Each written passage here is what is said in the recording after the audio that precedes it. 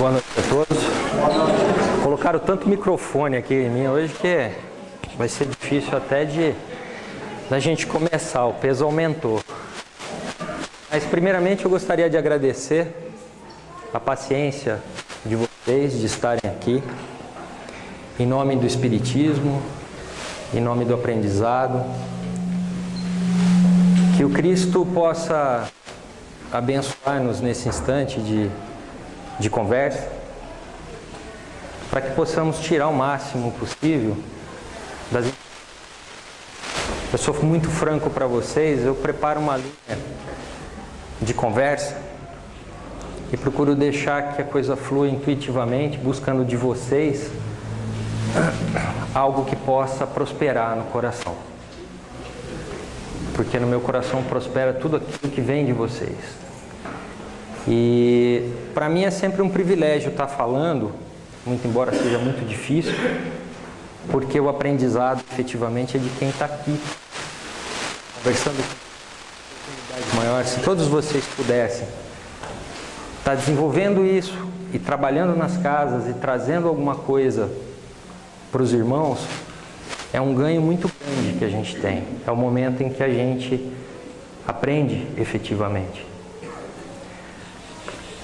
Hoje o tema que eu vou conversar, e peço para vocês ter bastante paciência comigo, é sobre despertar.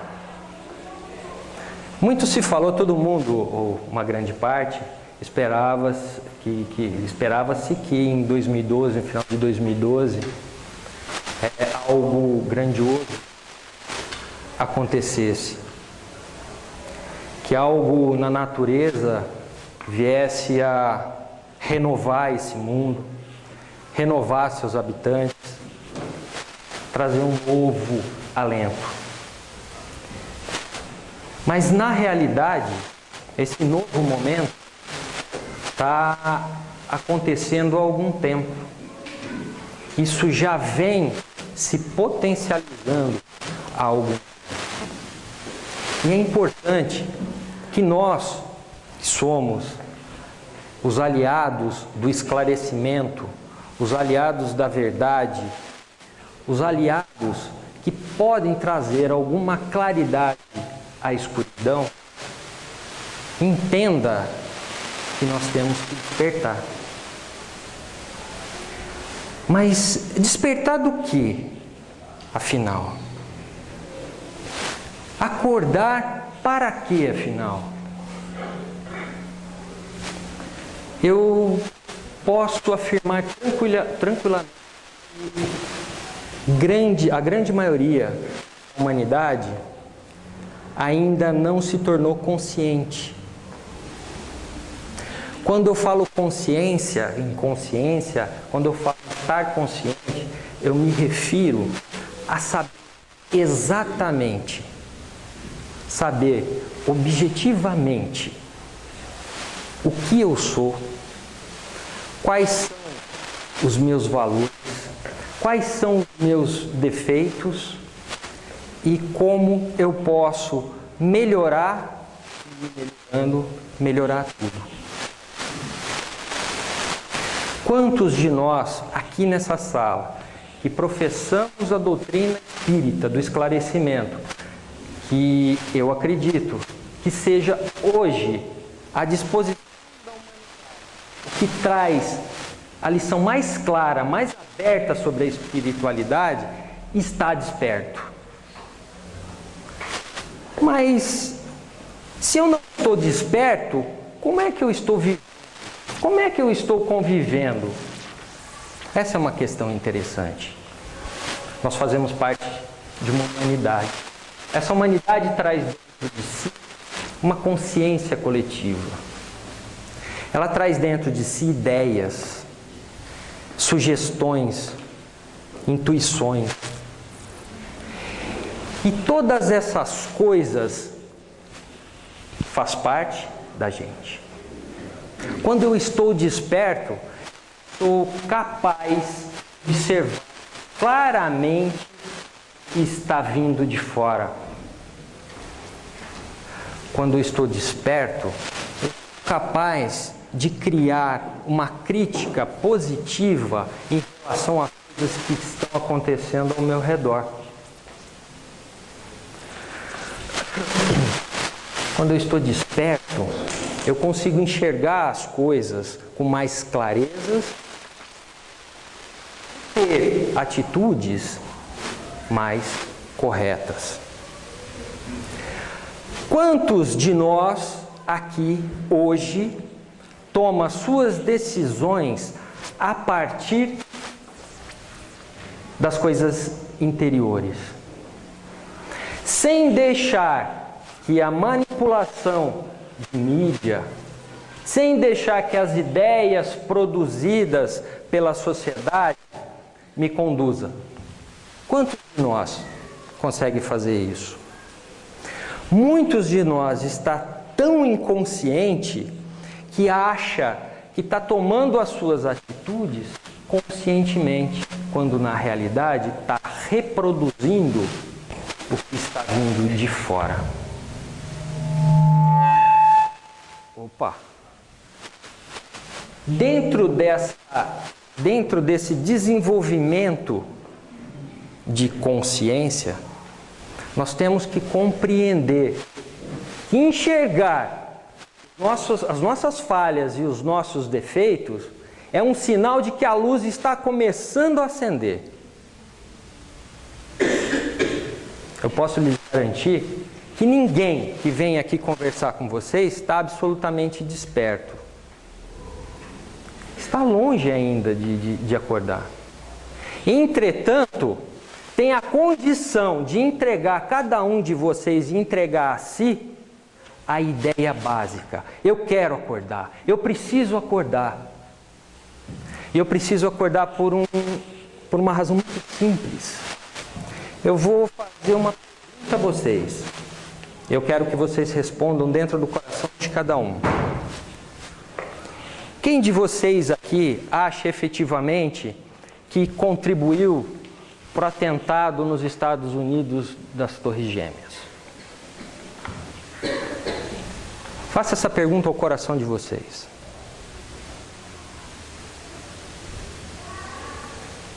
Agora eu vou pedir, é só como um posicionamento de sim e não para a gente ver.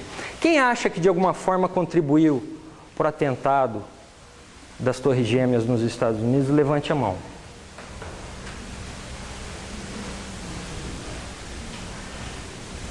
Qual o nome do senhor?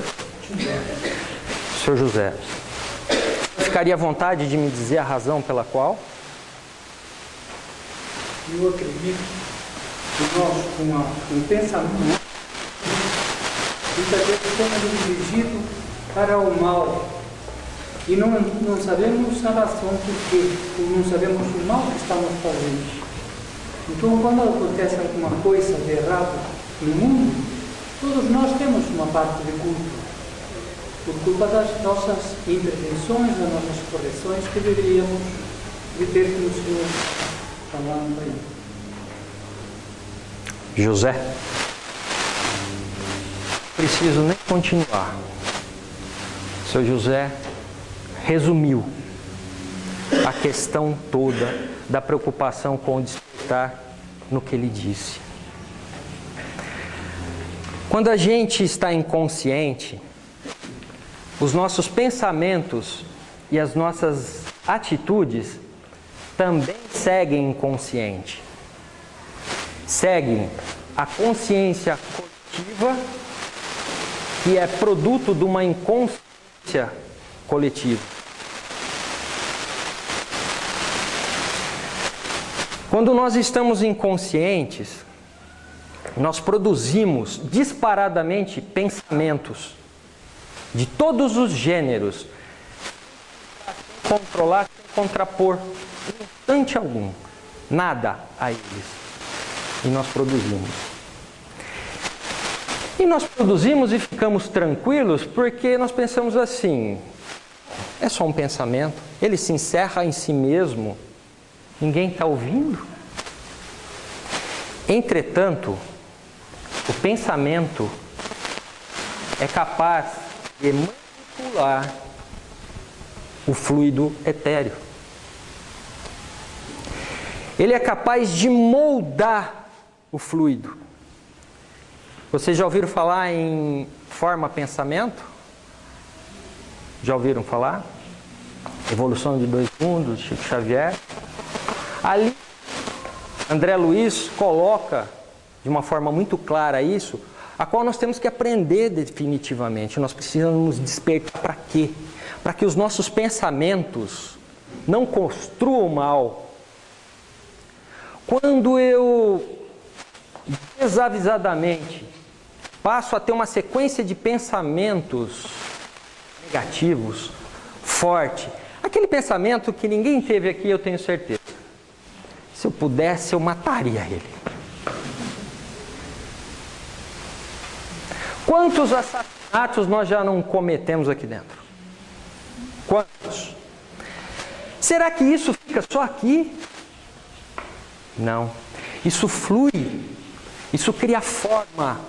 E se junta a outras energias da mesma espécie, do mesmo gênero. E dessa forma, com essa forma e com essa fórmula, as questões vão se construindo. Até que algumas pessoas, tão inconscientes que estão, são manipuladas por essas forças, com a tendência, obviamente, má que traz dentro de si, e cometem grandes atrocidades. Entram em escolas disparando armas, miram aviões em prédios, torturam crianças, torturam idosos, por puro prazer. E nós, todos, sentados no sofá da nossa casa, assistindo uma novela que faz com que nós tenhamos os piores pensamentos. A energia da raiva, do ódio, da sensibilidade.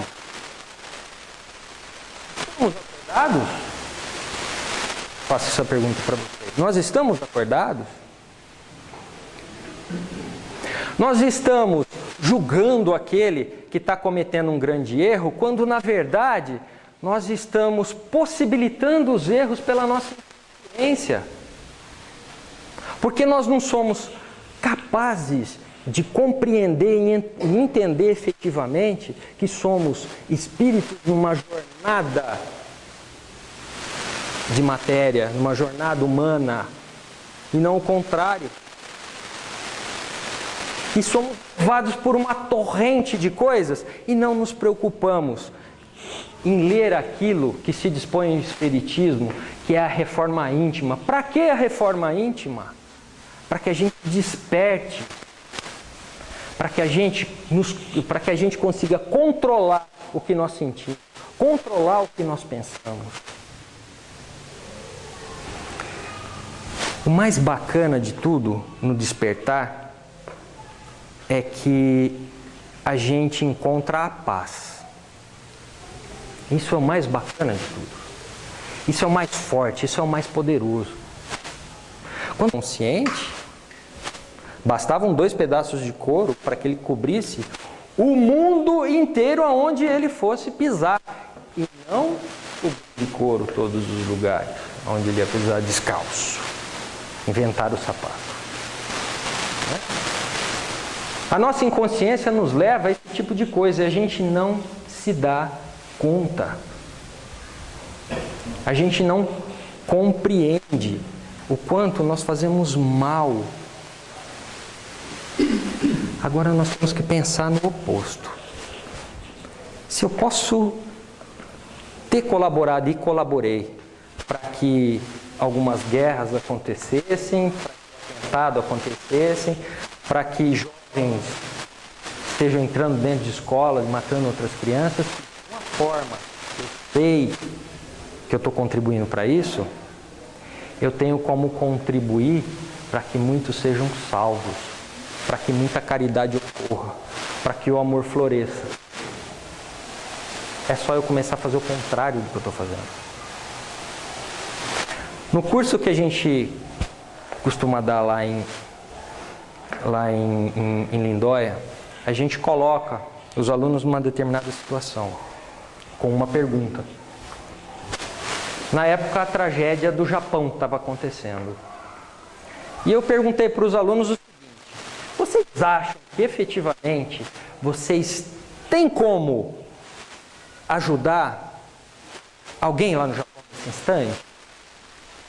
Nesse exato momento? De forma direta. Falar, papai do céu, por favor, baixa a onda, não deixa de estar moto. Não, de forma direta.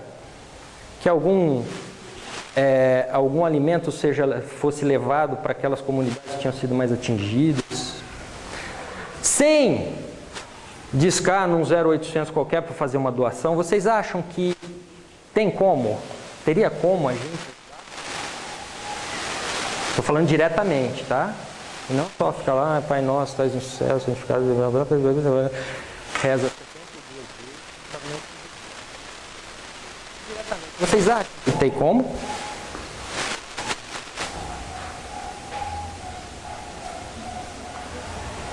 Quem acha que não levanta?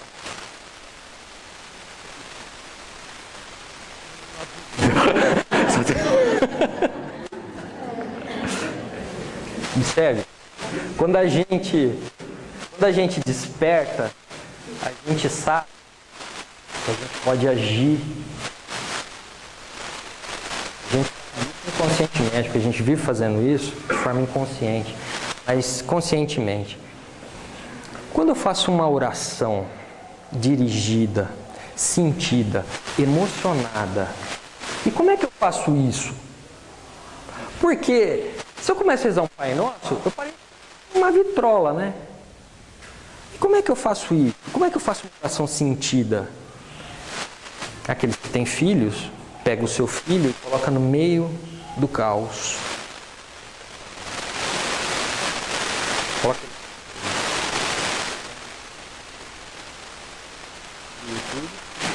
e pensa o seguinte: meu filho está lá sem água, sem comida, passando frio.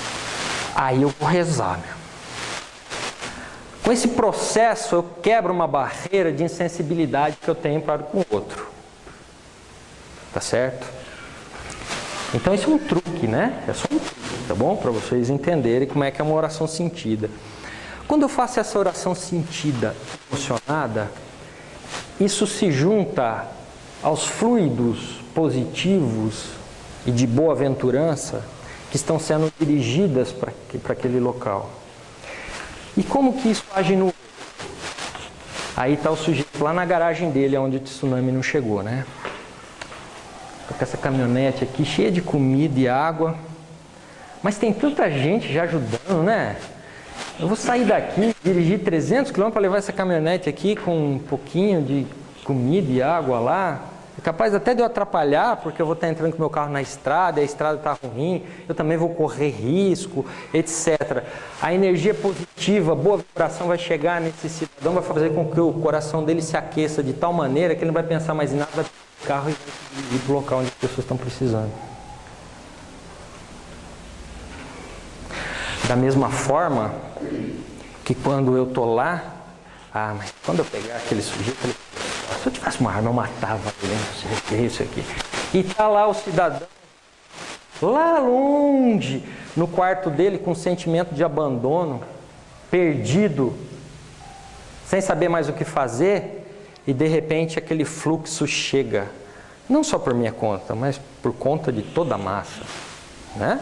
Aquele fluxo chega e fala: é isso mesmo, chega lá e acaba com tudo. Por que continuar com isso? E ele se arma e vai até onde a vida. Estão compreendendo? O quanto nós somos importantes no conjunto, o quanto nós fazemos a diferença. Aí pode ter alguém aqui, que eu diria que não são poucos, assim, eu não sei não, hein? Será que é assim mesmo? A incredulidade é outro fator do adormecimento, da não consciência, da inconsciência. Não perceber as influências Gente, vocês nunca perceberam em casa, às vezes você chega em casa, a casa está radiante, está leve, está gostoso, nossa, que lugar bom. Tem um outro dia você chega lá e fala, nossa senhora, eu vou pro churrasco, eu vou ficar aqui não. Vocês não percebem isso? E o que é isso? Isso é fluxo de pensamento, de energia. Nós sentimos isso todos os dias, no trabalho, passando numa praça. Aí chega assim, nós, espíritos, fala assim, será que esse negócio de forma, pensamento, será que é fluido? Será? Será? Gente, a ciência está chegando no ponto, alguém acompanhou isso? A ciência passou a estudar a alma. Vocês estão sabendo disso ou não? O que os cientistas fizeram? Eles viram que muitos casos, aqueles casos médicos de quase morte, onde a pessoa não tinha mais nenhum tipo de resposta cerebral, nenhuma mais, perceberam que essas pessoas continuavam conscientes, de alguma forma. E isso chamou a atenção dos cientistas. E nos vários e vários estudos que eles fizeram, eles perceberam que a consciência está fora do cérebro. Fora, não é a mesma coisa, tá? Ela está ali, mas não faz parte da massa cinzenta. Aí resolveram, para tentar seguir, eles resolveram dar um nome chamado tubículos da consciência. E estão estudando a alma. E eles mesmos falam que estão estudando a alma. Tá certo? Por quê? Porque não é mais possível a gente continuar vivendo da forma com que a gente está vivendo. Caramba, o que existe de matéria no meu corpo é suficiente para preencher a cabeça de um alfinete. É tudo isso que eu tenho de matéria no meu corpo. Ué, como é que você está aí desse jeito? Vibração. Matéria. Qual que é a minha diferença para você? Nenhuma. Somos átomos de... Falando, átomos de... mas nós somos diferentes. Não somos, na essência nós não somos. Nós podemos ter formato diferente, alguma coisa diferente. Mas se pegar o que nós somos efetivamente, materialmente falando, nós somos absolutamente a mesma coisa. E aí a gente acredita que isso é a realidade. E dormimos de babá, né? E dormimos de babá. E continuamos dormindo. Não, gente, vamos despertar. Vamos não ser melhores porque disseram que a gente deve ser melhor, mas ser melhor porque nós podemos ser melhor. Que ser melhor é melhor. Que ser melhor me leva à felicidade, me transporta do sofrimento para a paz. Não porque eu tenho medo de ser infeliz, mas porque eu sei que ser feliz é melhor. E tudo começa como? Se eu trocar meu carro, eu vou ser feliz, ué. Eu vou ser muito feliz se eu trocar meu carro. E não como esse tipo de preço não me serve. Não me serve. Uma vez eu escutei de uma pessoa, estava conversando com um amigo já de mais idade e muito experiente. Eu estava reclamando de um outro amigo. Ele virou para mim e disse assim: você está fazendo uma escolha. Eu falei: que escolha que eu estou fazendo? Você está escolhendo em conviver com as falhas dele. Só que ele tem um monte de virtudes. Por que você não escolhe conviver com a virtude dele? Falei, pois é, né? A gente chega, entra num lugar, a gente olha para a cara, não fui com a cara...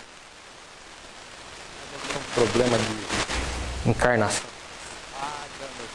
Bateu com a cor dele. E anda mais um pouco, fala, aquele eu gostei. Eu vou conversar com aquele lá. Eu estou produzindo julgamentos, eu estou produzindo coisas antecipadamente. Se eu for conversar com aquela pessoa, eu vou só observar o que mais me irrita. O timbre da voz dele, o tipo das palavras que ele usa, a forma com que ele se comporta. Eu começo a procurar nele aquilo que eu não gosto, para justificar a minha primeira impressão. É incrível como é que a gente é meio que programado para essas coisas.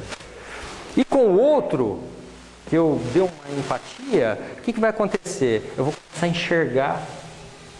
É a síndrome do apaixonado. O que acontece com o apaixonado? Ele não enxerga as falhas do outro, né? Por um lado é bom? Mas você tem que ter consciência, né?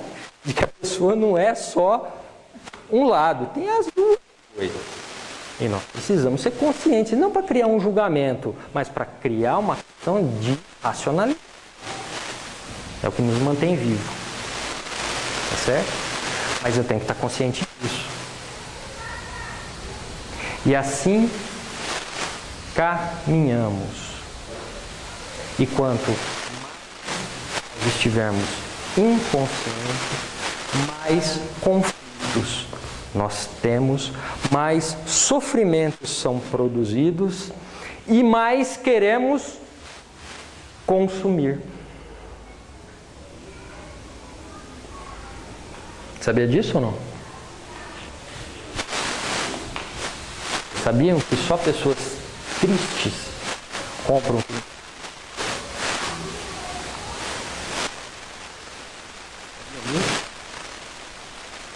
Por isso que os grandes marqueteiros têm, os magos do marketing, eles sabem produzir propagandas que nos deixem tristes no fundo. Um belo carro com uma mulher ou um homem maravilhoso dentro. Eu não preciso trocar o meu carro, mas pelo amor de Deus, se eu não tiver um carro daquele, eu nunca vou ter uma mulher daquela. Então eu estou triste. É inconsciente isso, gente. Um marqueteiro americano disse o seguinte, falou, eu estou largando disso porque eu não suporto mais fazer as pessoas tristes. Porque enquanto houver tristeza, vai ter consumismo. As pessoas vão comer mais, além do que a necessidade, ou vão comer de menos, depende da tendência. E a gente tenta repor essa frustração que é gerada na gente o tempo inteiro. E somos nós que estamos gerando isso? Não. Está vindo de fora. Por que a gente está sofrendo com isso então? Porque nós estamos inconscientes. E para finalizar, gente, tem um truquezinho interessante para burro, porque disso tudo que eu estou falando para vocês, tem um negócio que chama-se desejo. O desejo, ele é criado por tudo que está fora. Cria o desejo no ser humano. Se você for lá no lugar mais pobre da África, você vai ver irmãos bebendo água na poça, comendo o que tem no dia, só que estão subindo em árvores. Eles estão felizes, porque não foi apresentado ainda a armadilha do desejo para eles. Quando um cidadão desse ficar, ao invés de conseguir ir a 5 km de onde ele está, ele passa, a gente não quer mais sair de perto dela. Quando a gente encontra a paz, a gente não tem mais medo. E se vocês observarem, quase todos os nossos atos são controlados pelo medo. Pelo medo. Eu respeito muito mais as pessoas que são capazes de fazer algo, e às vezes até faz, mas que têm coragem, que aquelas que não fazem por medo. Quando eu digo eu sou incapaz de matar, eu tenho que mudar a pergunta. Eu sou capaz? Eu mataria? Nós não precisamos ter medo disso, dessa pergunta e nos questionar. Eu mataria? Eu teria coragem de matar. Mas por que eu não faço? Porque eu estou desperto. Eu não despertei. Sei o valor da vida. Eu sei qual que é o produto da existência. Eu sei como a coisa se constitui. É por isso que eu não faço isso. E não pelo simples medo de ser castigado. Ah, eu não mato porque vai cair um raio na minha cabeça, né? Vai que me matam também, né? Afinal, quem fere com ferro, é isso? Obrigado, André. Sou péssimo dessas coisas. Será que é por medo que eu estou aqui hoje, de não entrar no céu de alguma forma? Ou porque eu tenho a consciência de que eu preciso desenvolver, que eu quero estudar, que eu quero me transformar, eu quero ser melhor?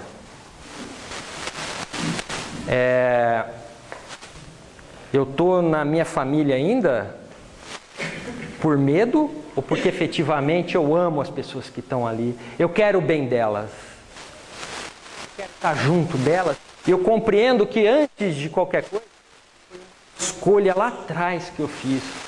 Não quero abrir mão dela agora. Ou por puro medo de faltar o dinheiro, de me sentir sozinho. O que nos move efetivamente? É a coragem? O que nos move é a fé efetiva? Ou é o medo de perder o emprego, de não poder viajar? O que está nos movendo nesse instante?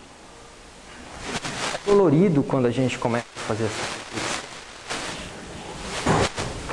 Porque essa reflexão nos revela. E nos revela para nós mesmos. E quando a revelação da gente é para a gente mesmo, vira o caos. Porque nós somos ensinados que quando algo dá certo, o mérito é meu. Quando algo dá errado, a culpa é do outro. Não é assim? É assim que nós agimos. E nós estamos inconscientes. Tranquilo. Todo mundo aqui, pelo menos uns 20 erros hoje cometeu. Eu não tenho dúvida nenhuma disso. Uns 20. Nós fomos displicentes com alguém, nós tratamos de forma mais fria alguém, a gente pelo menos julgou alguém, já deu umas 10. Foi. Né, Sérgio? Isso aí já dá para encher o livro. A gente já julgou umas 10 vezes. Todo mundo está falhando, mas quem em algum momento do dia parou para fazer uma reflexão? Opa, peraí, parou. Por que eu estou pensando assim? Por que eu estou fazendo esse julgamento? Está rodando uma historinha na internet aí, aqueles que é mais conectados já devem ter visto. Ocorreu um acidente de trânsito e tinha uma criança precisava de um atendimento rápido médico e essa criança foi levada para o hospital. Chegou lá, o médico responsável por fazer a cirurgia não estava lá, Acionaram ele rapidamente, você viu isso, Sérgio? Rapidamente foi. Chegou no hospital, coisa do deslocamento. O pai da criança já foi para cima dele. Você é um irresponsável. Você, meu filho aqui, entre a vida e a morte. Onde é que você está? O que você pensa que é? Faz um negócio desse. E o médico virou e falou: meu senhor, eu vou fazer o possível. Eu já estou aqui, eu vou fazer o possível para o seu filho. Mas o senhor continua sendo irresponsável. Eu queria ver se fosse um filho seu. Senhor, eu preciso entrar para a sala. Entrou. Depois de 3 horas, sai da sala, passa pelo pai e falou: conseguimos salvar seu filho. O senhor me dá licença que eu preciso sair. Mas o senhor não deixa de ser um irresponsável. O senhor não deixa, meu filho passou um risco. Porque a sua... Isso, o médico deu licença e saiu e foi embora. E ele se dirigiu a uma enfermeira e falou: escuta, onde é que estava esse médico na hora que meu filho chegou aqui? Ele estava no enterro do filho dele, que morreu de acidente. E no chamado ele saiu apressadamente de lá para atender o seu filho. Será que efetivamente a gente tem que levar esses baita chutes para que a gente acorde? Ou bastaria a gente compreender que existem razões nas vidas das pessoas para que as coisas aconteçam? Algumas vezes é displicência, sim, mas normalmente não é. Existe sempre uma razão poderosa que está levando as pessoas a fazerem determinadas coisas. E o que nós fazemos em contrapartida? Nós criamos um processo de julgamento inicial. Nós sentenciamos. E nós criamos todos os tipos de pensamento possíveis negativos, vibrações ruins, que se somam a todas as outras e que movem os mais inconscientes. Osho, vocês já ouviram falar de Osho? É emblemático, porque ele diz o seguinte: se 1% da humanidade estivesse consciente nesse instante, não haveria uma guerra. Porque esse 1% estaria produzindo tanta energia positiva através dos seus pensamentos que bloquearia a energia ruim. 1% da humanidade. Mas acordar exige um troço incômodo demais da conta. Eu assumo, eu cometo erros. Eu assumi que quando processo um julgamento dentro de mim, eu estou produzindo algo em cima do erro.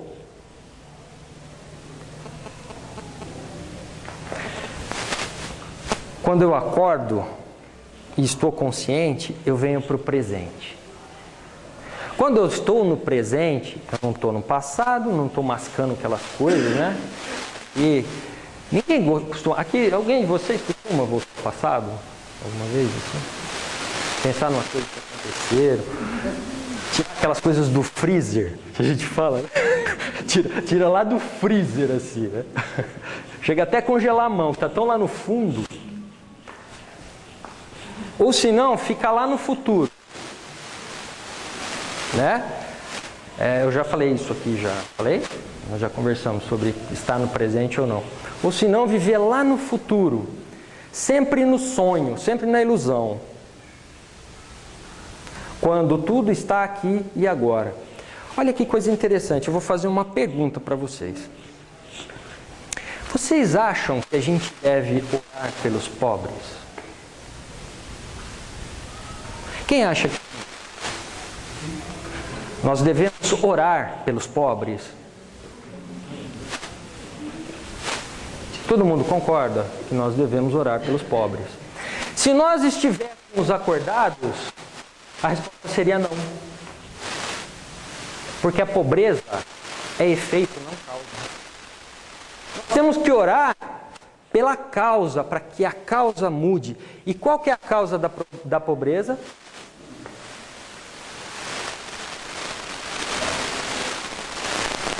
Também. Mas a principal, a ambição. A ambição. Vocês sabiam que nós temos uma quantidade de, quando eu falo pobres, miseráveis, eu estou no sentido da palavra miserável, aquele que não tem o que comer, né? Não tem como o que comer. Sabiam que a terra é capaz de produzir para todos a quantidade suficiente de alimentos, de produtos, para todos nós, todos os dias? Vocês sabiam disso? E vocês sabem o porquê que não existe para todo mundo? Vocês têm ideia ou não? Porque um grupo acha que tem que acumular, tem que estocar. E o mais forte estoca, o mais forte controla. Por isso que vocês dificilmente nos próximos 200, 300 anos não vão ver uns Estados Unidos pobres. Vocês não vão ver isso. Porque existe um controle da produção. Existe um controle das coisas. A ambição faz com que a gente acumule. Preciso ter mais ou menos umas 20 casas, porque o meu moro, 19 eu alugo. Vai saber amanhã, né? Bom, eu preciso ganhar dinheiro e deixar na poupança, porque vai saber amanhã. E olha que coisa interessante. O dinheiro é bom, ele faz parte da vida da gente. Ele dá a possibilidade. Vocês imaginam como é que era no passado quando não tinha dinheiro? Eu precisava de um saco de arroz e tinha uma vaca. Eu tinha que achar o cara que queria dispor de um saco de arroz para trocar pela minha vaca. Olha a dificuldade que era esse troço.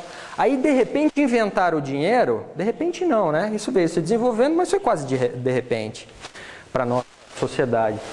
Quando inventaram o dinheiro, eles viram que dava para comprar e vender as coisas sem pegar o troço e fazer a troca. Dava para eu manipular isso. Aí, alguns perceberam que quanto mais se acumulava, melhor a coisa ficava. Em detrimento de outros que não tinham possibilidade de acumular. Mas o outro, né? É o outro. O dinheiro chama moeda corrente. O dinheiro, quando circula, gera riqueza. Vocês querem ver uma coisa interessante? Se eu tiver 10 reais, certo, tiver algo com ele, que ele acha que custe 10 reais, eu vou, chego nele, entrego meus 10 reais e o Sérgio me dá o que ele tinha de 10 reais. Vocês entendem que virou 20? E assim sucessivamente. O dinheiro só vira riqueza quando circula. Quando ele se move, ele é uma energia. Isso está tão claro hoje que pouco se vê dinheiro no cartão. Eu vou no banco, eu não pego uma nota, não vejo nada e as coisas estão todas acontecendo. Pura energia. E o que nós que estamos dormindo estamos fazendo? É meu, é meu, é meu. Não é que nós não devemos ter, gente. Não é ser contra a riqueza, não é nada disso. É compreender como as coisas acontecem para eu tomar a decisão. A gente não tem que ser imprevidente. Não é isso. Não pode ter uma ambição que destrói. Isso é coisa de quem não despertou, de quem não entendeu a vida. De quem não sabe o que está fazendo ainda. Tem uma historinha que eu quero contar para vocês. Eu achei bastante interessante. Na Índia, essa história é bastante antiga, mas demonstra o quanto nós somos inconscientes. Tinha um rei tolo naquela região que achava que a grama machucava seu pé. O que ele fez? Ele determinou que se matasse o maior número de bois, vacas, etc., que tivesse, para cobrir toda a grama onde ele pudesse andar com o couro desses animais, porque ele não queria machucar o pé dele. Muito bem. O bobo da corte, vendo isso, comentou entre as paredes e falou: esse rei é um tolo. Né? E o rei ficou sabendo, porque vocês sabem. O rei ficou sabendo. Aí o rei mandou chamar o bobo da corte. E o bobo da corte chegou lá e falou assim: escuta, como é que você ousa me insultar desse jeito? Você disse que eu era um tolo. Ele falou: olha, majestade, não era a minha intenção. Mas o que o senhor está fazendo é algo de um tolo. Ele falou: se você não me explicar uma saída para isso, eu mando a garganta agora. Ele falou: mas isso é simples. Só o senhor pegar dois pedaços de ouro, uma...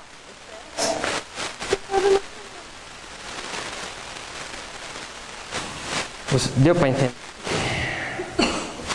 Deu para entender? A gravidade da gente atravessar o continente gerar um desejo nele. Muitas vezes, sem necessidade alguma, mas pelo simples fato de eu desejar e estabelecer isso, concretizar isso. Se eu vejo o vizinho se dando bem na vida, esperando, eu olho, ele constrói uma casa, falo: eu não sou invejoso, mas ele está fazendo alguma coisa de errado. Só que eu desejo o que ele tem. Eu desejo ser igual a ele. Está vindo de fora. Eu tenho uma televisão na minha casa, 40 polegadas de LED. Agora saiu uma que, se você fizer assim, ela desliga. Né? Se você fizer assim, ela muda de canal. Se você piscar na frente dela, ela diminui a intensidade da luz. A minha televisão não serve mais. Gente do céu, uma televisão que, se eu abanar para ela, faz um negócio. Como é que eu vou viver sem isso? Respondam para mim. Quem que está produzindo isso? Sou eu?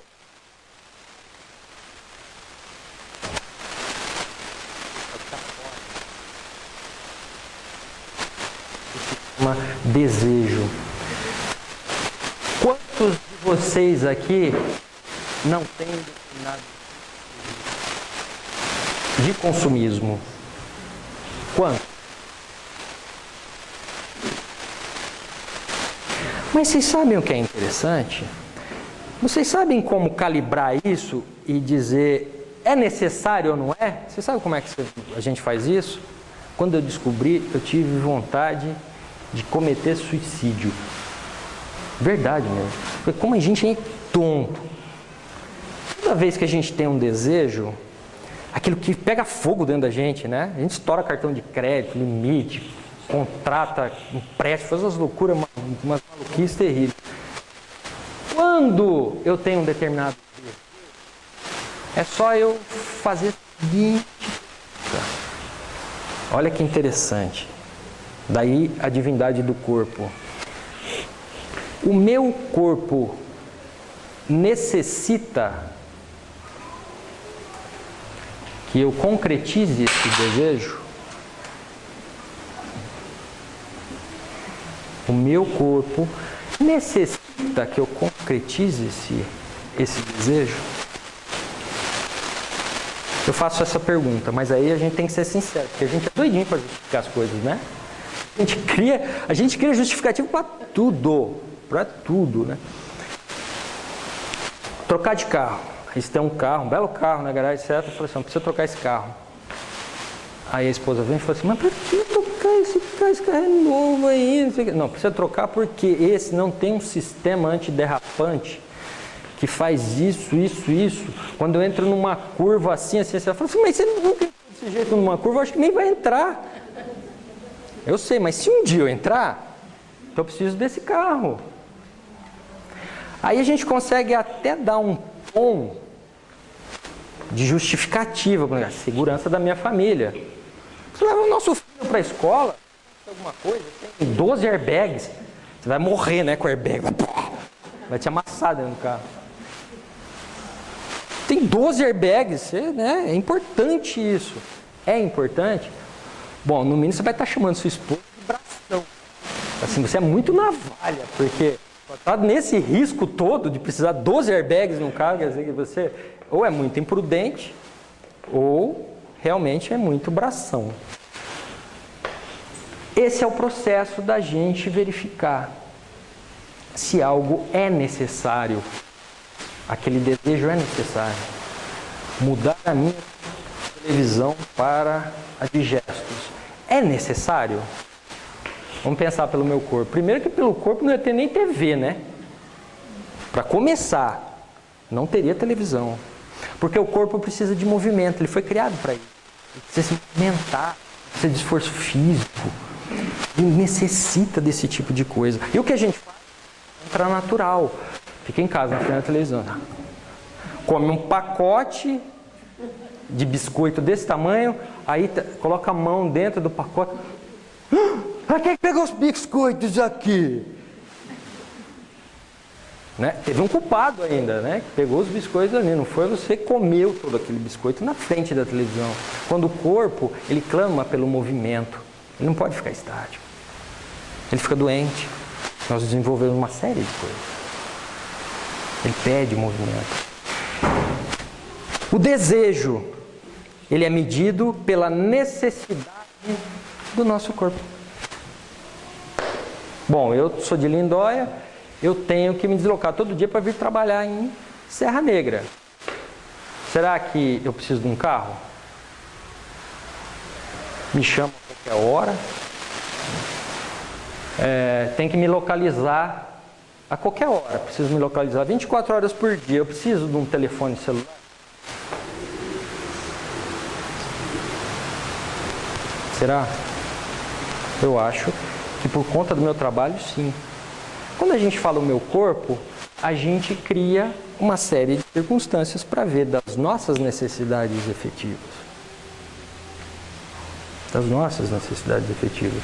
E daí a gente conclui se aquele desejo ele é consciente ou se ele só faz parte de uma inconsciência ou de uma consciência coletiva. Tudo bem, gente? Ficou alguma coisa de estranho para várias? Alguém gostaria de fazer alguma pergunta? Sugestão? Aqui é quase um saque, tá? Pode fazer. O que acontece quando não tem pergunta? Você foi muito bem, foi muito mal. Então, eu tenho 50% de chance de ter ido bem. Então, eu vou para casa com isso para produzir bons pensamentos e não causar tragédias no mundo, tá bem? Ajudar a causar tragédias no mundo. Eu peço a vocês agora que se recolham no coração de cada um, dando ao Criador que a compreensão expanda dentro do nosso, que ela ilumine cada parte dele, que a minha consciência consiga controlar a minha mente e que eu possa mais contribuir pelo bem do que fazer o mal.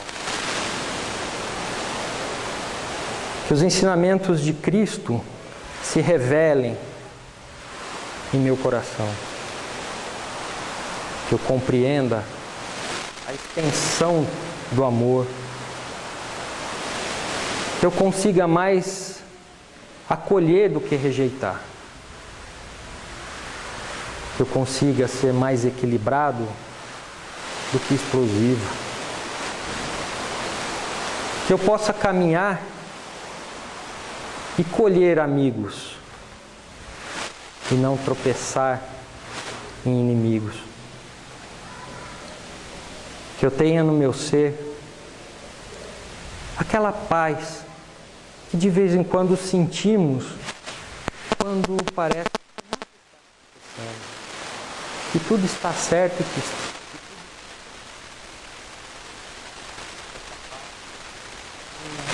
preencha cada vez mais nosso ser, explorando e transformando as coisas em amor. Que assim seja.